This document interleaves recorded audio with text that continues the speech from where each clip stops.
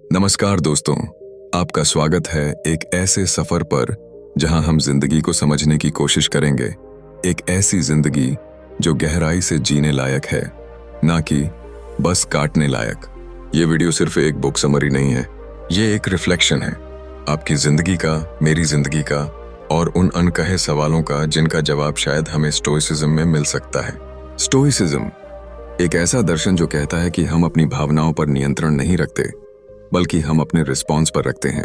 Darius फोरू की किताब focus on what matters सिर्फ शब्दों की एक श्रृंखला नहीं है, ये उन खतों का संग्रह है जो हमें हर उस चीज से जुड़ने का आमंत्रण देते हैं जिसे हम अक्सर नजरअंदाज कर देते हैं। Present moment, inner peace, real priorities और वो क्लैरिटी जो आज की भागती दौड़ती दुनिया में खोती जा रही है। जब आप इस वीडियो को देखेंगे तो ये आपकी सोच को झकझोर देगा, लेकिन बड़े ही शांत और सधे हुए लहजे में, क्योंकि इस किताब की हर एक चिट्ठी आपको याद दिलाती है कि जिंदगी की असल जंग बाहर नहीं, अंदर चल रही है।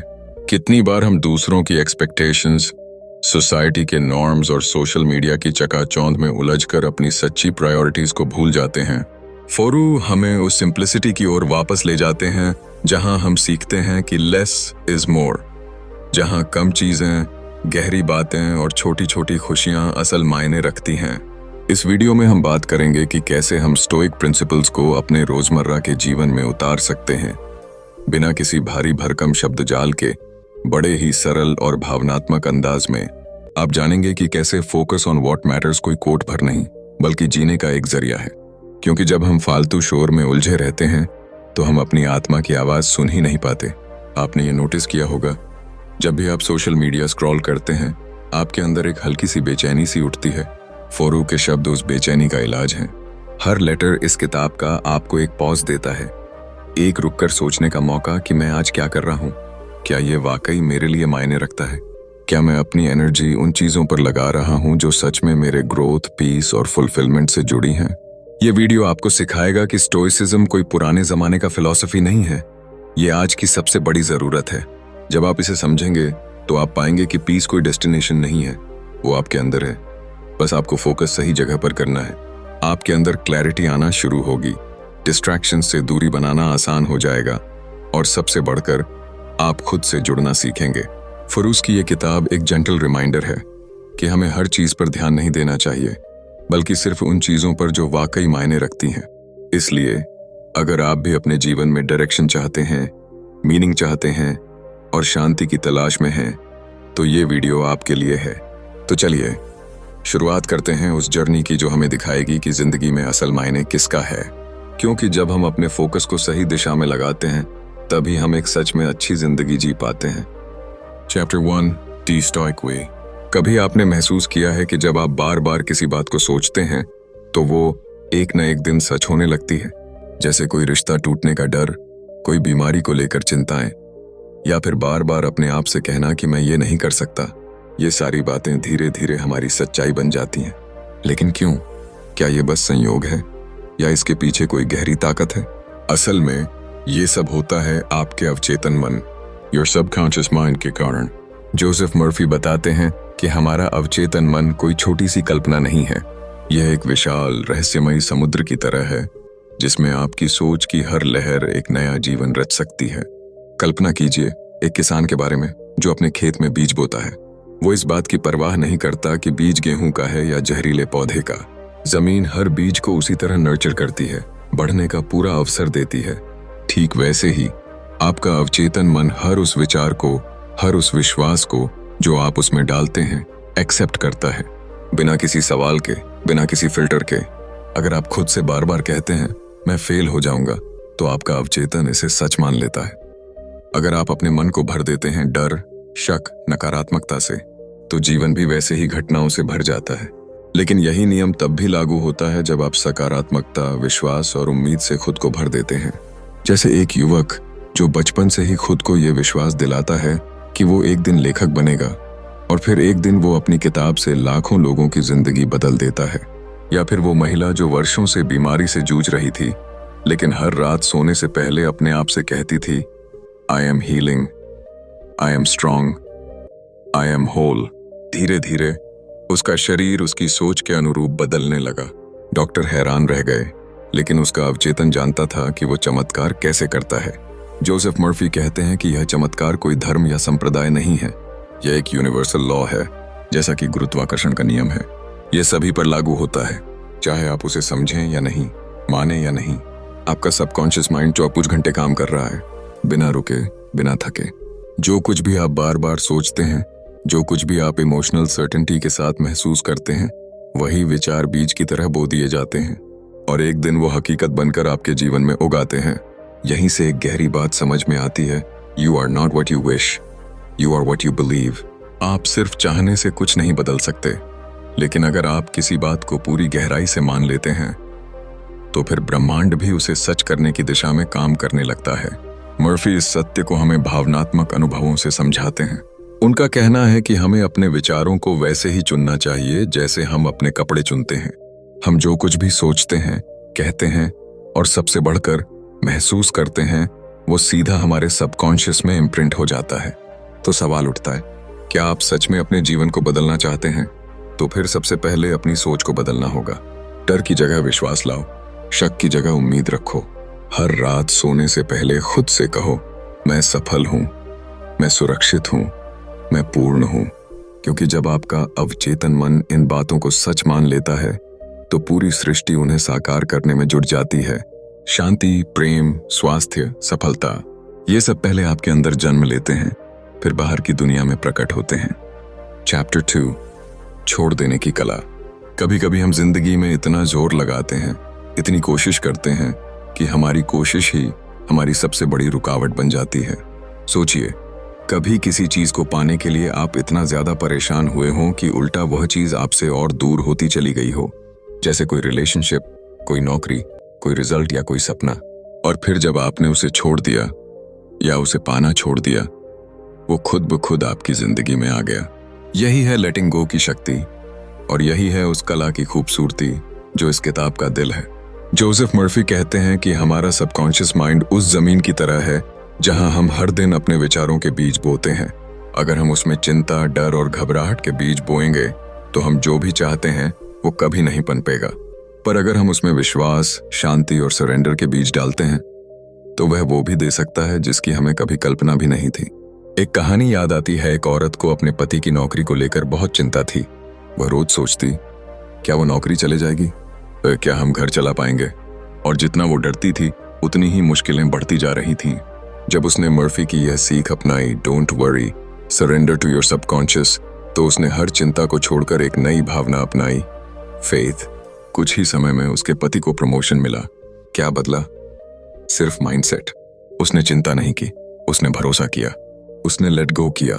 जब हम किसी चीज को छोड़ देते हैं तो इसका मतलब ये नहीं कि हम उसे भूल जाते हैं या उसकी परवाह नहीं करते। इसका मतलब है कि हम उसकी जिम्मेदारी उस डिवाइन इंटेलिजेंस को सौंप देते हैं जो हमारे अंदर ही मौजूद है, हमारा सबकॉन्शियस माइंड। आपने कभी हवा में तीर चलाया है?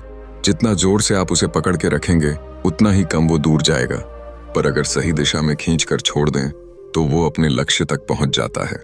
यही नियम आपके थॉट्स पर लागू होता है। जब हम अपने सबकॉन्शियस माइंड पर पूरी आस्था के साथ भरोसा करते हैं तब हम उसे ये स्पेस देते हैं कि वह हमारे लिए काम कर सके। पर जब हम चिंता करते हैं, एनालिसिस पर एनालिसिस करते हैं, खुद को ही बार बार पुश करते हैं, तब हम अपने ही रास्ते में आ जाते हैं। मर्फी कहते हैं, रिलैक्स, बिलीव, रिलीज और मिरेकल्स बिगिन टू हैपन। जिंदगी में कुछ चीजें तब तक नहीं आती जब तक आप उन्हें आना देना नहीं सीखते, और यही आर्ट है लेटिंग गो की। आपका सबकॉन्शियस कोई मशीन नहीं है जिसे बार बार प्रेस करके आउटपुट लिया जा सके। यह एक शांत, क्रिएटिव, इंटेलिजेंट फोर्स है जो तब सबसे बेहतर काम करती है जब आप उसे स्पेस देते हैं। जैसे एक बीज को मिट्टी में डालने के बाद हम हर दिन उसे खोद खोद कर नहीं देखते कि वो अंकुरित हुआ या नहीं, हम बस उसे नर्चरिंग देते हैं, पानी, धूप और समय, एंड इट ग्रोज। ठीक वैसे ही जब आप किसी विचार या इच्छा को अपने सबकॉन्शियस माइंड में डालते हैं तो आपको उसे जबरदस्ती उगाने की जरूरत नहीं होती। बस फेथ रखिए, उसे छोड़ दीजिए और आगे बढ़िए। आपका विश्वास ही उसका फर्टिलाइजर है। लेट गो करने का मतलब है अपने अंदर की शक्ति को एक्टिवेट करना, उसे आदेश देना और फिर शांत हो जाना, जैसे सब कुछ पहले से तय है। और सच मानिए, सबकॉन्शियस माइंड उसी सर्टेनिटी से काम करता है। तो अगली बार जब आप किसी चीज के लिए बेताबी महसूस करें, खुद से एक सवाल पूछिए, क्या मैं सच में भरोसा कर पा रहा हूं? अगर हाँ तो छोड़ दीजिए, अगर नहीं तो विश्वास करना सीखिए, क्योंकि जो चीज आप जाने नहीं दे सकते वो कभी आ ही नहीं सकती। चैप्टर 3, खुद पर फोकस क्यों करना चाहिए। कभी कभी हम पूरी दुनिया को समझने की कोशिश करते हैं, लेकिन खुद को ही नहीं समझ पाते। हम रिश्तों में खो जाते हैं, काम की डेडलाइंस में उलझ जाते हैं, सोशल मीडिया पर दूसरों की जिंदगी देखकर खुद को कमतर महसूस करते हैं। लेकिन क्या आपने कभी पल भर को रुककर खुद से पूछा है, मैं कौन हूं, मेरी इच्छाएं क्या हैं, मैं अंदर से कैसा महसूस करता हूं? जोसेफ मर्फी हमें यह एहसास कराते हैं कि हमारी जिंदगी की असली डायरेक्शन हमारे सबकॉन्शियस माइंड से आती है। वो हिस्सा जो हमसे बात तो नहीं करता, लेकिन हमारे हर थॉट, हर इमोशन को साइलेंटली अब्सॉर्ब करता रहता है। और जब हम खुद पर फोकस नहीं करते तो ये सबकॉन्शियस माइंड भी कंफ्यूज्ड हो जाता है। जैसे एक किसान बीज बोता है और फिर उसकी देखभाल करता है, ठीक वैसे ही हम अपने मन में हर रोज जो विचार बोते हैं वो धीरे धीरे हमारे भविष्य का आकार लेते हैं। लेकिन जब हम अपने अटेंशन को हर उस चीज पर बिखेर देते हैं जो हमें डिस्ट्रैक्ट करती है, जैसे कि दूसरों की सक्सेस, इररेलेवेंट ओपिनियंस या बेवजह की कंपैरिजन, तो हम अपनी जिंदगी की उस जमीन को निग्लेक्ट कर देते हैं जहां असली ग्रोथ होनी चाहिए थी। मर्फी हमें एक सच्ची शक्ति का एहसास कराते हैं, you are the master of your inner world. आपका मन एक शांत झील की तरह है, लेकिन जब आप हर एक बाहरी पत्थर को उसमें फेंकते जाते हैं, लोगों की बातें, विफलता का डर, बचपन की कंडीशनिंग, तो वह झील अशांत हो जाती है और आप उसमें खुद को देख ही नहीं पाते। पर सोचिए, अगर हम उस झील को शांत करना शुरू करें, अगर हम ध्यान दें कि हम दिन भर क्या सोचते हैं, किन बातों पर खुद को थकाते हैं और किन इमोशंस को बार बार रिपीट करते हैं, तो शायद हम धीरे धीरे उस क्लैरिटी को पा सकते हैं जिसे हम सालों से बाहर ढूंढ रहे हैं। एक लड़की थी जिसका नाम था रिया। वो हर किसी को खुश रखने की कोशिश करती थी, माँ बाप, दोस्तों, बॉस, रिश्तेदार। लेकिन एक दिन जब वो अकेली बैठी थी, उसे एहसास हुआ कि उसने कभी खुद से नहीं पूछा, मुझे क्या पसंद है। रिया ने अपने सबकॉन्शियस को पहली बार ध्यान से सुना और वहां एक आवाज थी, बहुत धीमी लेकिन बहुत सच्ची। वो कह रही थी, तू खुद को खो बैठी है दूसरों को पाने में, वापस लौटा। ये वही भाव है जो मर्फी हमें सिखाते हैं।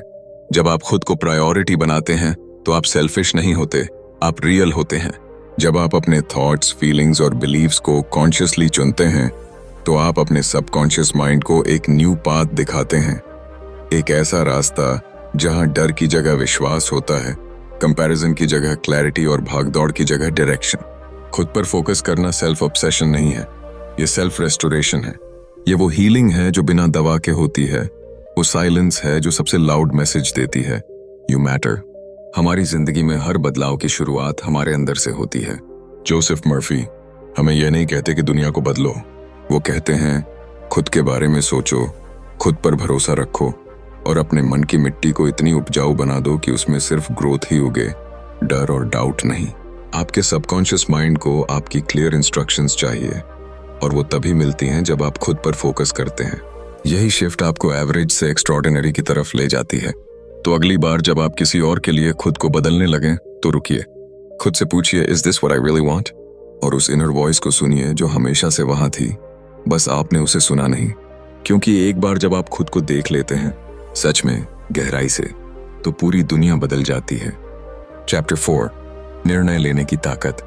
कभी सोचा है कि हमारी जिंदगी के सबसे बड़े मोड़ पर जब हमें कोई कठिन निर्णय लेना होता है तो दिल और दिमाग के बीच वो जो अदृश्य खींचतान होती है वो हमें इतना थका क्यों देती है? शायद इसलिए क्योंकि हम ये मान बैठे हैं कि हर फैसला तर्क से लेना चाहिए, लॉजिक से। लेकिन जिंदगी ने कई बार हमें उलट जवाब दिया है। कई बार जब दिल की सुनी सब कुछ स्मूथ हो गया, और कई बार जब दिमाग की मानी तब भी पछतावा हाथ आया। अब सोचिए, क्या हो अगर कोई ऐसी शक्ति हो जो न तर्क मांगे, न भावनात्मक उथल पुथल, बल्कि हर निर्णय को आपके लिए सरल, सहज और सही बना दे। यहीं आता है सबकॉन्शियस माइंड का चमत्कार।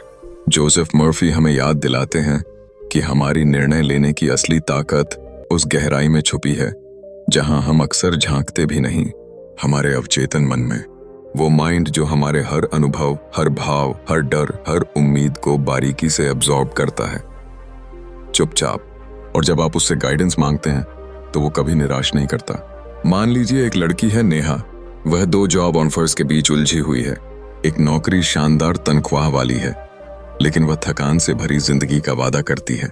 दूसरी नौकरी थोड़ी कम पैसे वाली है, पर सुकून और ग्रोथ का एहसास देती है। वह उलझी हुई है, क्या करना सही होगा।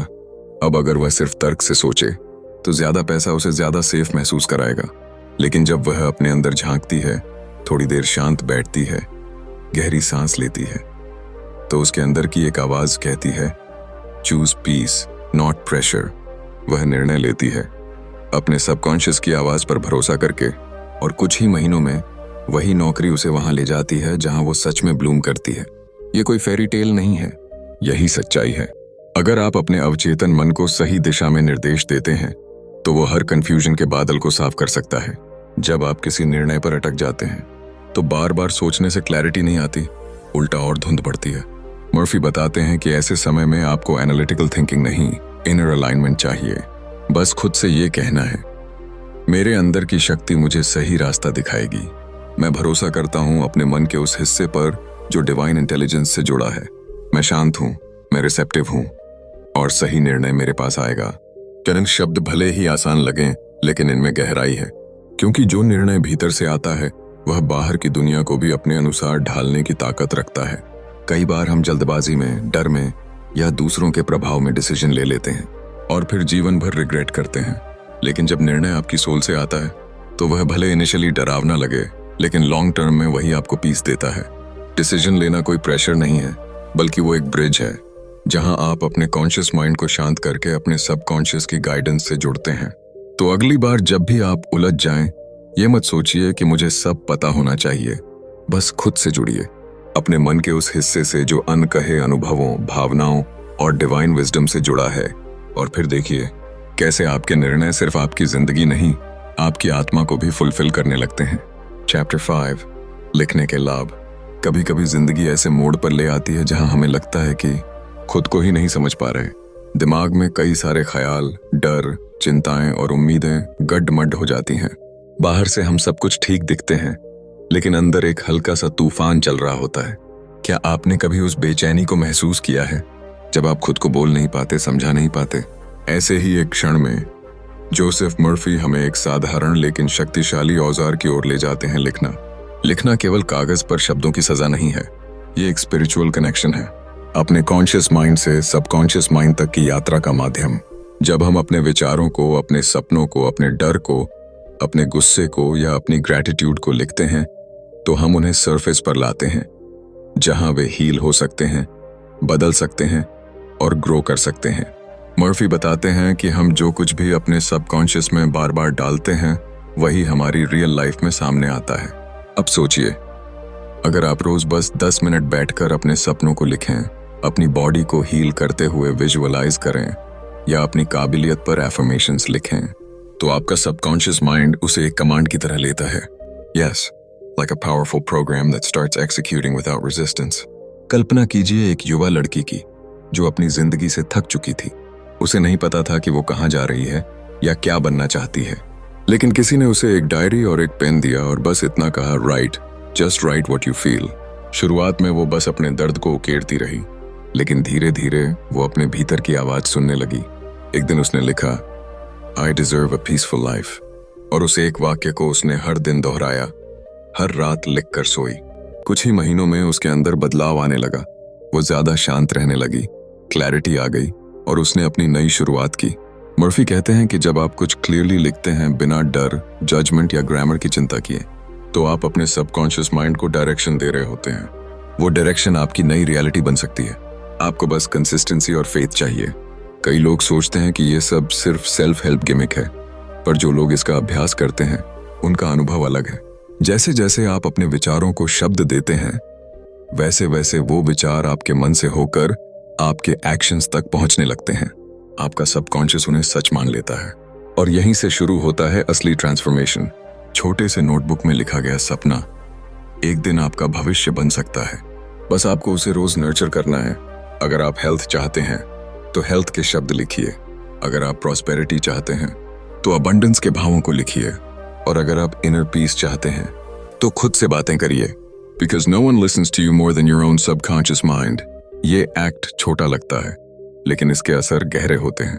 लिखना खुद को हीलिंग देने जैसा है, बिना थेरेपिस्ट के, बिना जजमेंट के, और सबसे ज्यादा ये आपको आपके असली सेल्फ के करीब ले जाता है। तो अगर आपने कभी सोचा है कि मुझे समझ नहीं आता कि मैं क्या चाहता हूँ या मुझे क्लैरिटी नहीं मिल रही, तो बस एक नोटबुक उठाइए, एक पेन पकड़िए और लिखना शुरू करिए। आपका सबकॉन्शियस माइंड इंतजार कर रहा है, सुनने के लिए, महसूस करने के लिए और आपकी जिंदगी को बदलने के लिए। चैप्टर 6, सादगी की खुशी।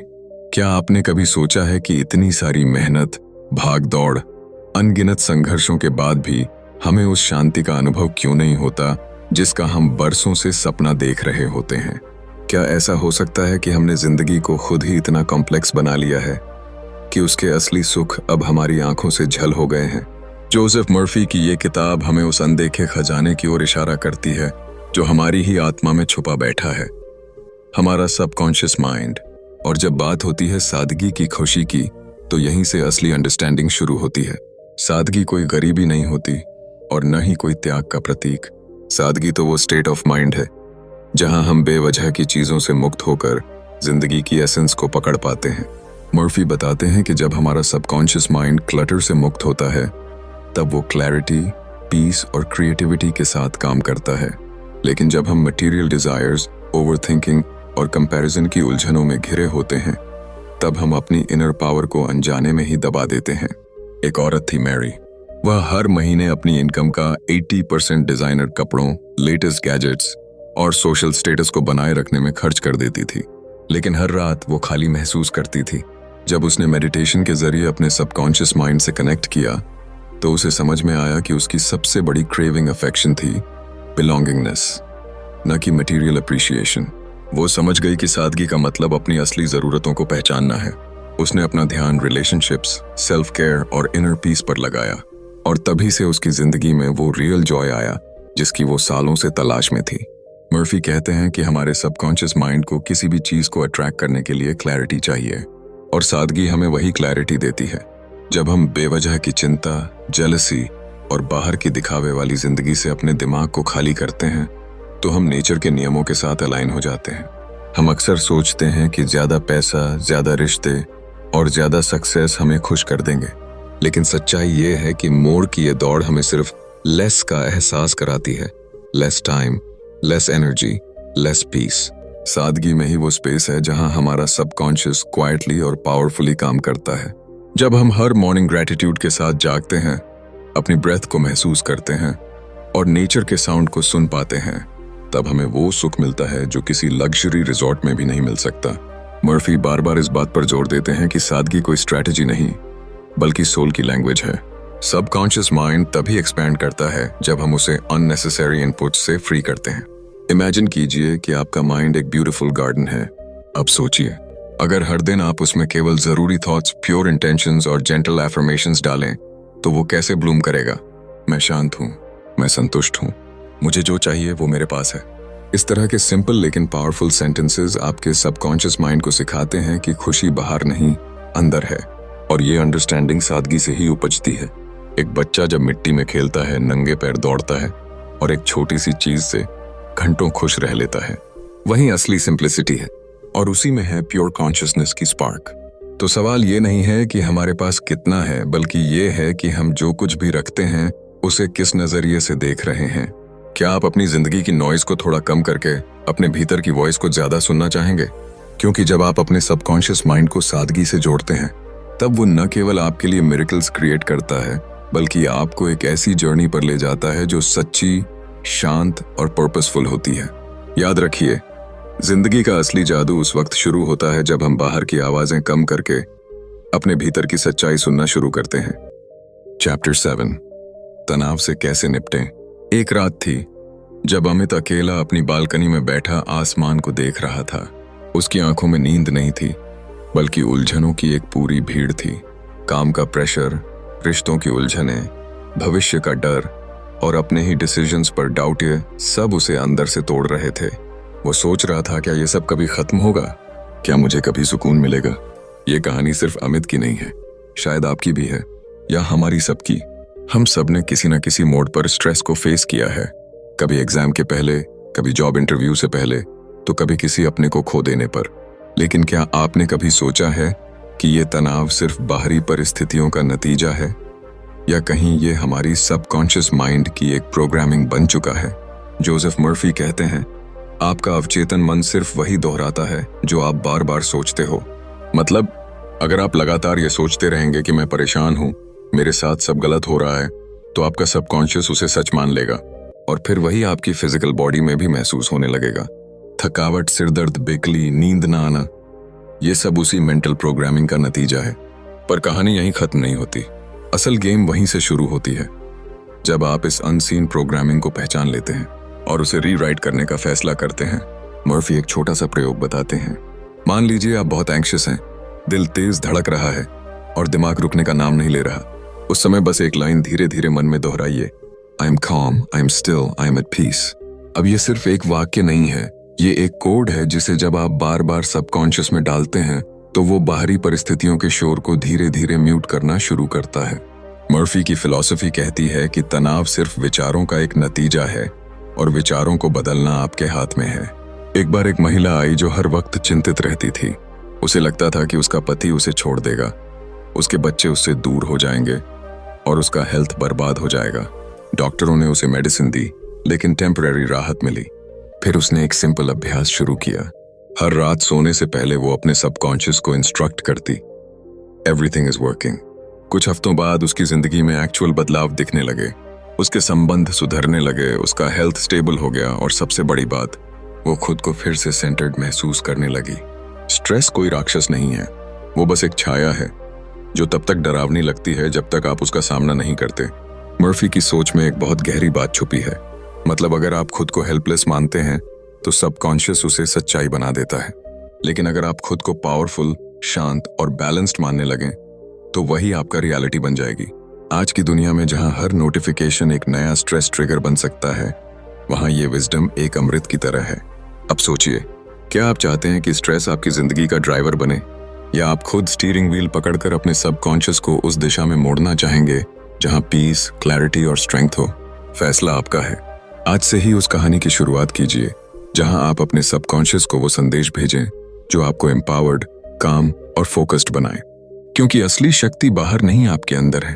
और जब आप अपने अंदर की शक्ति को अनलॉक कर लेते हैं तो बाहर की हर मुश्किल बस एक चैप्टर बन जाती है आपकी ग्रोथ की किताब का।